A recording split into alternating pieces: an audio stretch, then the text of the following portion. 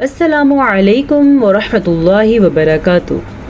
ہم آپ کی خدمت میں حاضر ہیں ایک نئی کلاس کے ساتھ۔ اگر آپ ہماری اس کلاس کا حصہ بنیں گے تو انشاءاللہ آپ بہت جلد قرآن پاک کو درست لفظ کے ساتھ اور تجوید کے ساتھ پڑھنا سیکھ جائیں گے۔ ہماری اس کلاس میں ہر آیت میں موجود بلکہ ہر لفظ میں موجود تجوید کو بہت اچھے طریقے سے ایکسپلین کیا جاتا ہے۔ تو چلیں آپ خود دیکھ لیں آج کی کلاس میں۔ اعوذ باللہ من الشیطان الرجیم، بسم اللہ الرحمن الرحیم، وَأُمْلِي لَهُمْ إِنَّ كَيْدِي مَتِينٌ۔ وَأُمْلِي، یہاں پہ یہ یا مدہ ہے تو اس لیے ہم اس کو کھینچ کے پڑھیں گے۔ یاد رکھیے گا جب کبھی قرآن مجید میں واو ساکن اور اس سے پہلے حرف کے اوپر پیش ہو اور یا ساکن اس سے پہلے حرف نیچے زیر ہو، جیسا کہ بھی آپ کو یہاں پہ نظر آ رہا ہے، اور الف سے پہلے زبر ہو جیسا کہ یہ لا میں ہے، تو یہ سارے مدہ ہو جاتے ہیں، ان کو کھینچ کے پڑھتے ہیں۔ چلے میں آپ کو بورڈ پہ سکھاتی ہوں۔ میں آپ کو یہ بتانا چاہتی ہوں حروف مدہ 3 ہے۔ مدہ کا مطلب ہے کھینچ کے پڑھنا۔ 3 وہ حروف ہیں جن کو ہم کھینچ کے پڑھتے ہیں جب وہ ساکن ہوں اور ان سے پہلے حرکات ان کے مناسب ہوں، واو، الف، یا۔ یہ 3 حروف مدہ آپ یاد کر لیں تو بہتر ہوگا۔ اچھا، ان کو کیسے کھینچ کے پڑھتے ہیں؟ جب واو ساکن ہو اور اس سے پہلے کوئی سا بھی حرف آ جائے اور اس حرف کے اوپر پیش ہو تو یہ واو مدہ ہے۔ تو ہم اس کو کیسے پڑھیں گے؟ با پیش واو ساکن بو، اتنا ہم نے لمبا کرنا ہے۔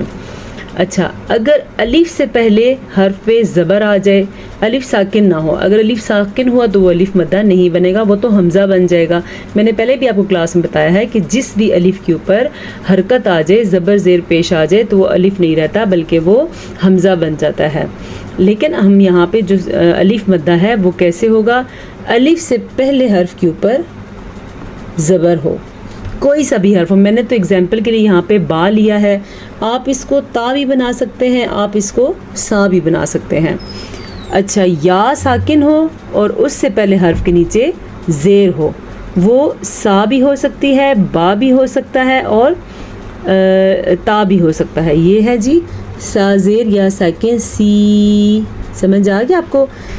واو ساکن سے پہلے حرف کے اوپر پیش ہو تو اس کو واو مدہ کہتے ہیں، اس کو ہم کھینچ کے پڑھیں گے۔ الف سے پہلے حرف کے اوپر زبر ہو تو وہ الف مدہ ہے، اسے بھی کھینچ کے پڑھیں گے۔ یا ساکن سے پہلے حرف نیچے زیر ہو تو وہ یا مدہ ہے۔ اس کو تھوڑا سا ہم صاف کر کے لکھ لیتے ہیں۔ کیسے؟ یہ یا ساکن سے پہلے حرف نیچے زیر ہو تو یہ یا مدہ ہے۔ یہ حروف مدہ ہے۔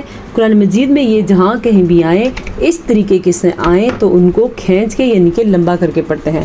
اب میں آج کے سبق میں آپ کے سامنے ان چیزوں کو وضاحت کے ساتھ پیش کروں گی تاکہ آپ کو الف مدہ، واو مدہ اور یا مدہ اچھے طریقے سے سمجھ آ جائے۔ جی، تو آج کے سبق میں ہمارے پاس کہاں پہ ہے یا مدہ ہے؟ یہ یا ساکن سے پہلے حرف نیچے زیر ہے تو یہ یا مدہ ہے۔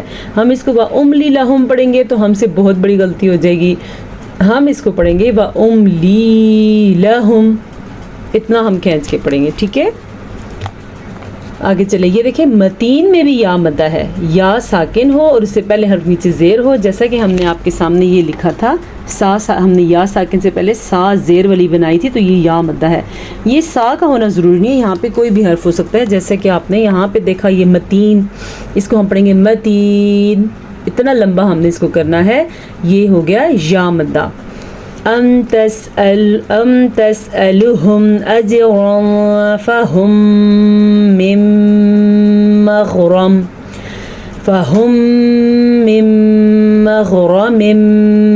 مثقلون۔ ام تسألهم، ام کو آپ نے ام ہی پڑھنا ہے، عام نہیں پڑھنا آپ نے، کیونکہ عام کا مطلب اور ہوتا ہے اور ام کا مطلب اور ہوتا ہے۔ تو ہم کون ہوتے ہیں قرآن مجید کے الفاظ کو چینج کر کے اس کا مطلب غلط کرنے والے؟ تو اسی لیے اپنے تلفظ کو درست کرنا ٹھیک ہے، ضروری ہے۔ بعض اوقات لکھا کچھ ہوتا ہے اور ہم پڑھ کے کچھ اس کے لفظ کو مطلب کو غلط کر دیتے ہیں، ٹھیک ہے؟ اجرا فہم، یہاں پہ ادغام بالغنہ، یہاں پہ اخفا کا قاعدہ ہو رہا ہے اور آگے ادغام شفوی کا قاعدہ ہو گیا. میم ساکن کے بعد میم متحرک آ جائے تو وہاں پہ دونوں کو آپس میں ملا دیتے ہیں اور غنہ بھی کرتے ہیں. ٹھیک ہے. مغرم مثقلون، یہاں پہ کیا ہو رہا ہے؟ یہاں پہ ادغام بالغنہ ہو رہا ہے کیونکہ نون تنوین کے بعد یمون میں سے میم آیا تو یہاں پہ ادغام بالغنہ ہوگا. یہ دیکھیں ہمارے پاس واو مدہ بھی آ گیا. مثقلون، واو ساکن سے پہلے حرف کے اوپر پیش ہونے کی وجہ سے یہ واو مدہ ہے. اس کو ہم کھینچ کے پڑھیں گے. اگر کوئی اس کو مسکلون پڑھے گا تو وہ غلط پڑھے گا، مسکلون پڑھے گا تو وہ بالکل ہی غلط پڑھے گا. ہم نے اس کو کیا پڑھنا ہے؟ مسقلون، اتنا لمبا ہم نے اس کو کرنا ہے. اب ہم نے الف مدہ ڈھونڈنا ہے، انشاءاللہ وہ بھی آ ہی جائے گا ہمارے سبق میں. ام عندهم الغیب فہم یکتبون، یہاں پہ اخفا ہو رہا ہے اور غیب میں غین کے تلفظ کو ٹھیک طریقے سے نکالنا ہے. فاصبر لحکم ربک ولا تکن کصاحب الحوت اذ نادى وهو مکظوم. فاصبر، سواد پر لیکن را باریک. سواد تو اس لیے پر کیونکہ سواد حروف مستعلیہ میں سے ہے. حروف مستعلیہ وہ حروف ہیں جو ہر صورت میں پر پڑھے جاتے ہیں، لیکن را باریک اس لیے پڑھی جائے گی کیونکہ را ساکن سے پہلے حرف کے نیچے زیر ہے تو را باریک پڑھی جائے گی. اگر اس سے پہلے حرف کے اوپر زبر یا پیش ہوتی تو را موٹی کر کے پڑھی جاتی. لحکم ربی کا حا کے تلفظ کا خاص دھیان رکھنا ہے آپ نے. بعض لوگ اس کو پڑھتے ہیں لحکمی، لحکمی، یہ حا ہے. نقطے کی بغیر والی جو ہوتی ہے وہ ہے حا. دو آنکھوں والی جو ہوتی ہے وہ ہوتی ہے ہا، اور جو نقطے والی ہوتی ہے وہ کیا ہوتی ہے؟ خو. یہ فرق آپ کو پتہ ہونا چاہیے، اس لیے اس کو آپ نے حا ہی پڑھنا ہے بجائے ہا کے. ربی کا میں را پر ہے، ولا تکون میں اخفا ہو رہا ہے کیونکہ نون ساکن کے بعد کاف آیا ہوا ہے اور کاف حروف اخفا میں شامل ہے. صاحب السواد کو پر پڑھنا ہے اور حوت میں حا کے تلفظ کا دھیان رکھنا ہے. اور یہاں پہ دیکھیں ہمارے پاس واو مدہ بھی ہے، واو ساکن ہے اور اس سے پہلے حرف کے اوپر پیش ہے تو یہ کیا ہو گیا؟ واو مدہ. اذ نادا، یہ دیکھیں ہمارے پاس آ گیا الف مدہ. نادا، یہ نون کے بعد الف ہے، الف سے پہلے حرف کے اوپر زبر ہے تو یہ الف مدہ ہوا. ہم نے ساری چیزیں دیکھ لی، یہ واو مدہ، یہ الف مدہ اور یہ ہے یا مدہ. یہ آج آپ نے اچھی طرح اپنا یہ سبق جو ہے اس کو پکا کر لینا ہے، اس کو سمجھ لینا ہے، اس کو پریکٹس کر لینی ہے تاکہ آپ کو کبھی بھی زندگی میں نہ بھولے کہ الف مدہ کسے کہتے ہیں اور واو مدہ کسے کہتے ہیں اور یا مدہ کسے کہتے ہیں اور ان کو ادا کرنے کا طریقہ کیا ہے. یہ ساری چیزیں آپ کو معلوم ہونی چاہیے. ٹھیک ہے. نا دا میں ہمارے پاس الف مدہ بھی آ گیا، الف سے پہلے حرف کے اوپر زبر، جیسا کہ یہ بورڈ پہ ہم نے کیا تھا. الف سے پہلے حرف کے اوپر زبر کا ہونا الف مدہ ہوتا ہے. چلے جی آگے. لولا ان تدارکہ نعمت من ربه لنبذ بالعراء وهو مذموم. لولا، یہاں پہ مد بھی ہو رہی ہے اور الف مدہ بھی ہے. ان تدارکہ میں اخفا ہے یہاں پہ، لیکن یہاں پہ را کو ہم نے پر پڑھنا ہے اور را کا ہو کے بعد کاف کے بعد جو ہا ہے اس کو ہا ہی پڑھنا ہے. ہو نہ پڑھ دیجیے گا، اب خو بھی نہ پڑھنا. اور اس کو لمبا بھی کرنا ہے کیونکہ یہ الٹا پیش ہے. الٹا پیش اور واو مدہ برابر ہوتے ہیں، کھڑی زبر اور الف مدہ برابر ہوتے ہیں اور کھڑی زیر اور یا مدہ برابر ہوتے ہیں. نعمت من ربہ، یہاں پہ ادغام بالغنہ ہو رہا ہے. یہ قاعدہ آپ پہلے بھی کافی دفعہ کر چکے ہیں کہ جب کبھی نون ساکن یا تنوین کے بعد یا میم واو نون میں سے کوئی حرف آ جائے تو وہاں پہ ادغام بالغنہ ہوتا ہے. ربی ہی میں را کو پر پڑھنا ہے اور بالعراء، یہ والی مد 5 الف کے برابر لمبی کرنی ہے. 5 الف آپ کو سمجھنا ہے تو یہ سمجھ جائیے گا 5 سیکنڈ تک آپ نے اس کو لمبا کرنا ہے. ٹھیک ہے. وہو مذموم، یہ دیکھیں میم پیش واو ساکن مو واو مدہ. فاجتباہ ربہ فجعلہ من الصالحین. وَإِن يَكَادُ الَّذِينَ كَفَرُوا لَيُزْلِقُونَكَ بِأَبْصَارِهِمْ بِأَبْصَارِهِمْ لَمَّا سَمِعُوا الذِّكْرَ وَيَقُولُونَ إِنَّهُ لَمَجْنُونٌ وَإِن يَكَادُ الَّذِينَ نون ساکن کے بعد یا آیا ہوا ہے تو یہاں پہ ادغام بالغنہ ہوگا، یعنی کہ یہاں پہ ہم غنہ کر کے پڑھیں گے. لذینہ میں یہ دیکھیں یا ساکن سے پہلے حرف نیچے زیر ہے تو یہ کیا ہے؟ یا مدہ، یا زال زیر یا ساکن زی، جیسا کہ ہم نے پڑھا سا زیر یا ساکن سی، جیسا کہ ہم پڑھ سکتے ہیں با زیر یا ساکن بی، یہ یا مدہ ہے. اگر آپ تجوید سے سیکھ رہے ہیں تو یہ یاد کر لیں، اور اگر آپ ادائیگی سیکھ رہے ہیں تو ادائیگی آپ کے سامنے ہے. کفروا واو مدہ، واو ساکن سے پہلے حرف کے اوپر پیش ہے اور را کو پر بھی پڑھنا ہے. یاد رکھیں اس کاف کو باریک پڑھنا ہے. بعض لوگ باریک کاف کو موٹا کر دیتے ہیں اور موٹی والی کاف کو باریک کر لیتے ہیں. اگر آپ اس کو پڑھتے ہوئے اس چیز کا دھیان رکھیں اور اگر آپ سیکھ لیں تو آپ سے یہ غلطی کبھی بھی نہ ہو. لیزلقونک یہاں پہ موٹا قاف ہے، موٹا قاف اس لیے کیونکہ یہ حروف مستعلیہ میں شامل ہے. حروف مستعلیہ 7 ہیں جو ہر صورت میں پر پڑھے جاتے ہیں. اگر آپ نے پہلے یہ سبق مس کر دیا حروف مستعلیہ کا تو آج پھر آپ سیکھ لیں کہ حروف مستعلیہ کون کون سے ہیں. پہلے تو حروف مستعلیہ لکھتے کیسے ہیں یہ بھی دیکھ لیں. حروف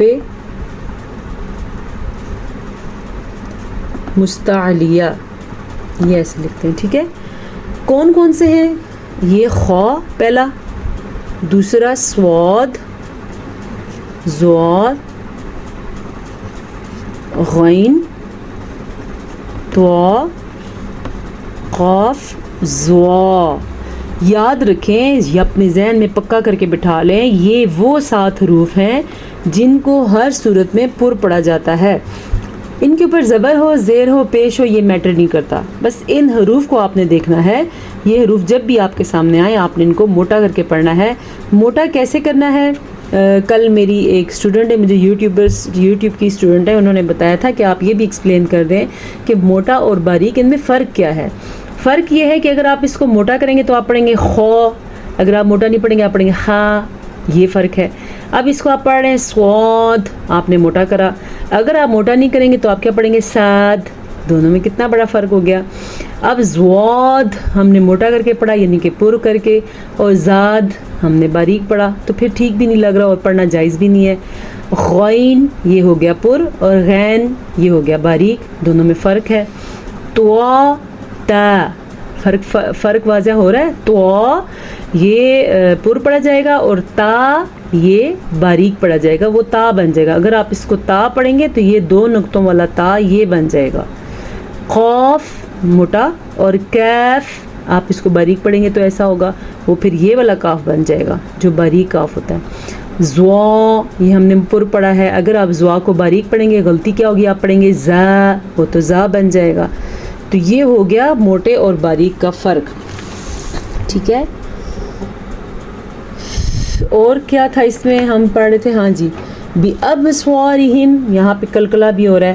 جب کبھی قاف طا با جیم دال یہ وہ 5 حروف ہیں ان کے اوپر ساکن آ جائے تو وہاں پہ ایک جھٹکے کی کیفیت پیدا ہوتی ہے، اسے ہی کلکلا کہتے ہیں. لما غنہ ادا کرنا مت بھولیے گا. سمع الذکر را پر پڑھیں گے لیکن یہ واو مدہ نہیں ہے کیونکہ واو پہ کچھ بھی نہیں ہے. اگر واو پہ ساکن ہوتا تو یہ واو مدہ ہوتا. واو صرف یہ لکھنے میں آ رہا ہے، بیچ میں جو 2 الف ہیں یہ بھی رسم الخط ہے عربی کا، اصل میں عین زال کے ساتھ جوڑ جائے گا تو سمع الذکر، ذکر مت پڑھیے گا، یہ پڑھنے کی غلطی مت کیجیے گا. وَيَقُولُونَ اب دیکھیں ہم بتاتے ہیں کہ اس میں موٹے اور باریک کاف کو کیسے ہم الگ الگ کر کے سمجھا سکتے ہیں. وَيَقُولُونَ یہ ہے موٹا قاف، وَيَقُولُونَ یہ ہے باریک کاف. اب ایک مثال میں آپ کو دیتی ہوں. موٹے قاف سے ہوتا ہے قلب جس کو دل کہتے ہیں. کتنی بڑی مسٹیک ہو جاتی ہے حروف کو اپنے تلفظ کے ساتھ صحیح طریقے سے نہ پڑھیں تو. یہ جو قلب ہے موٹے قاف کے ساتھ اس کا مطلب ہے دل، ٹھیک ہے. اور یہ جو قلب ہے باریک کاف کے ساتھ اگر ہم قلب کو قلب پڑھ لیتے ہیں تو آپ اب دیکھیے گا کہ میننگ کتنا بڑا غلط ہو جائے گا. قلب دل، قلب کتا جو ایک جانور کا نام ہے. اب آپ خود دیکھیں کہ اگر ہم اس لکھا ہوا قلب ہے ہم اس کو قلب پڑھ رہے ہیں تو ہم نے کتنی بڑی غلطی کر دی. قلب کا مطلب دل اور قلب کا مطلب کتا. تو یہ آپ کے سامنے دونوں چیزیں میں نے اس لیے واضح کر دی تاکہ آئندہ آپ جن حروف کو موٹا پڑھنا ہوتا ہے ان کو موٹا ہی پڑھیے گا. وَمَا هُوَ إِلَّا ذِكْرٌ لِّلْعَالَمِينَ. وَمَا هُوَ ہا کا تلفظ دھیان سے سنیں. وما ہوا نہیں پڑھنا آپ نے, وما ہوا ہی پڑھنا ہے. ذکر للعالمین, لام باریک پڑے گا, بعض لوگ اس کو موٹا کر کے پڑھ لیتے ہیں ذکر, اس طرح نہیں. للعالمین, یا مدہ بھی ہے ہمارے پاس اور عین کے تلفظ کا دھیان بھی رکھنا ہے. سورہ قلم آج ہماری اختتام پذیر ہو گئی ہے اور آج کل جو صورتیں تھوڑی سی لمبی ہونا شروع ہو گئی ہیں.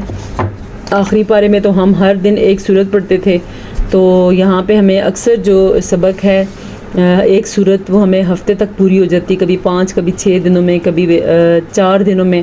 تو سورہ قلم مکمل ہوگی ہے. کل انشاءاللہ ہم سورہ حاقہ پڑھیں گے. تو آپ سے کل ملاقات ہوگی ایک نئے سبق کے ساتھ. السلام علیکم ورحمۃ اللہ وبرکاتہ.